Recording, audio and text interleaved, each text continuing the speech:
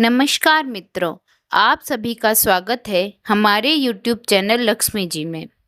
आज हम भादवा चौथ माता की व्रत कथा सुनाएंगे। आप हमारे चैनल पर नए हैं तो चैनल को सब्सक्राइब कीजिए, बेल आइकन प्रेस कीजिए।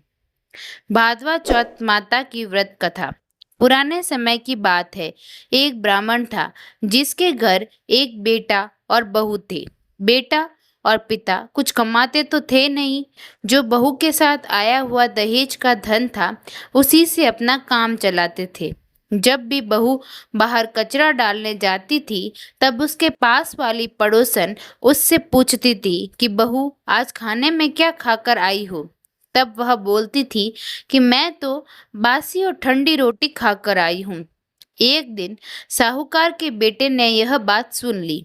वह वहां से चला गया और अपनी माँ के पास जाकर बोला कि माँ, तू तो अपनी बहू को रोज गर्म खाना खिलाती है और वह फिर भी बाहर जाकर यह बोलती है कि मैं तो बासी रोटी खाकर आई हूँ। तब माँ ने कहा कि बेटा, मैं तो चारों थालियों में बराबर गर्म खाना परोसती हूँ। यदि तुम्हें यकीन नहीं है तो तुम खुद देख लेना। वह अगले दिन तबीयत खराब होने का बहाना बनाकर कंबल ओढ़कर लेट गया। तब उसको यह देखकर आश्चर्य हुआ कि बहू ने तो गरम गरम खीर और खांड का भोजन किया है। और जब बहू बाहर गई तो वह उसके पीछे पीछे जाने लगा।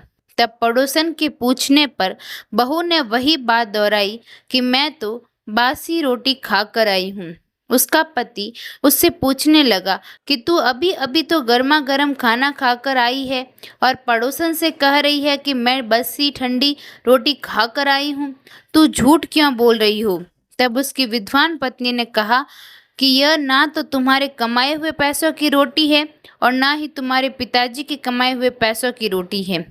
यदि हम इसी तरह बैठे बैठे धन को खर्च करते रहे तो यह एक दिन कुएं के पानी की तरह समाप्त हो जाएगा।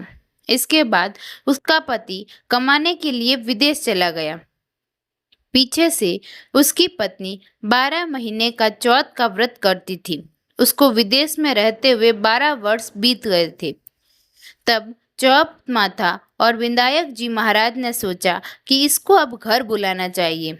चौथ माता लड़के के सपने में जाकर बोली कि तू अब घर चला जा, तेरी पत्नी को तेरी बहुत याद आती है। वह बोला कि मैं घर कैसे चला जाऊं, मेरे यहाँ इतना बड़ा कारोबार फैला हुआ है। तब चौथ माता ने कहा कि तू सुबह एक दीपक जलाकर चौथ माता का नाम लेकर बैठ जाना। जिनके पैसे बकाया है वह पैसे दे जाएंगे और लेने वाले ले जाएंगे। लड़के ने वैसा ही किया और उसका सारा काम एक ही दिन में निपट गया। जब वह घर जा रहा था तो उसे रास्ते में एक सांप दिखाई दिया जो आग के पास जा रहा था। उसने सांप को आग से बचाने के लिए हटा दिया। ऐसा करने से नागराज क्रोधित हो उठे और कहा कि हे पापी, मैं तो इस नाग योनि से मुक्ति के लिए जा रहा था और तूने मुझे हटा दिया। अब मैं तुझे डस लूंगा। तब वह लड़का बोला कि मैं 12 वर्ष बाद अपने घर जा रहा हूँ, आप मुझे अवश्य ही डस लीजिएगा, किंतु आज मुझे अपने घर वालों से मिलने दीजिए।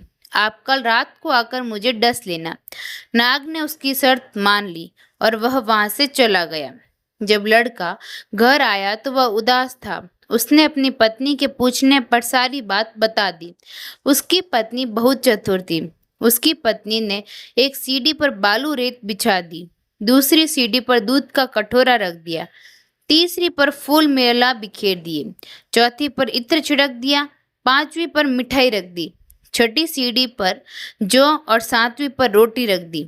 रात को जब सांप आया तो सबसे पहले ठंडी ठंडी रेत में लौट कर आया। फिर दूसरी सीढ़ी पर दूध पीकर कहा कि मैं एक ब्राह्मणी के बेटे को डसता तो नहीं, लेकिन वचन दिया हुआ है इसीलिए डसना पड़ेगा। फूलमाला की सीढ़ी से होता हुआ प्रसन्नता पूर्वक इत्र की खुशबू लेता हुआ ऊपर की ओर आने लगा। सांप को ऊपर आता हुआ देखकर विनायक जी ने चौथ माता से कहा कि इस ब्राह्मणी के बेटे की रक्षा करनी होगी, क्योंकि इसकी पत्नी इसके लिए चौथ का व्रत करती है, उसका फल तो देना ही पड़ेगा। तब विनायक जी ने सीढ़ी पर रखे हुए आंखों से सुई बनाई और चौथ माता ने रोटी की ढाल बनाई और सांप के आगे लगा दी। विनायक जी ने जौ के सैल बनाए थे, उनसे सांप की मौत हो गई। सुबह उस लड़के से मिलने गांव के लोग आने लगे, क्योंकि वह 12 वर्ष के बाद घर आया था। लोगों ने उसे आवाज दी, लेकिन वह तो उदास बैठा था, इसीलिए बोला नहीं। जब उन्होंने देखा कि सीढ़ियों पर तो खून पड़ा हुआ है, तो वे चिल्लाने, रोने, चीखने लगे कि ब्राह्मण, आज तो तेरा बेटा मर गया। यह सब देखकर ब्राह्मणी भी जोर जोर से रोने लगी। आवाज सुनकर बेटा नीचे आया और कहा कि माँ, मैं मरा नहीं हूँ, यह तो मुझे डसने आया सांप मरा है। यह सब देखकर उसकी पत्नी भी प्रसन्न हो गई कि मेरे पति के प्राण बच गए। उसने चौथ माता को धन्यवाद दिया और कहा कि यह तो चौथ माता ने मेरे व्रत करने का फल दिया है। चौथ माता, जैसा फल ब्राह्मणी के बेटे को दिया, वैसा सभी को देना। कहानी करने वाले को, कहानी सुनने वाले को, हुकारा देने वाले को और पूरे परिवार को देना। गणेश जी महाराज की जय। चौथ माता की जय। आप हमारे चैनल पर नए हैं तो चैनल को सब्सक्राइब कीजिए, बेल आइकन प्रेस कीजिए। धन्यवाद।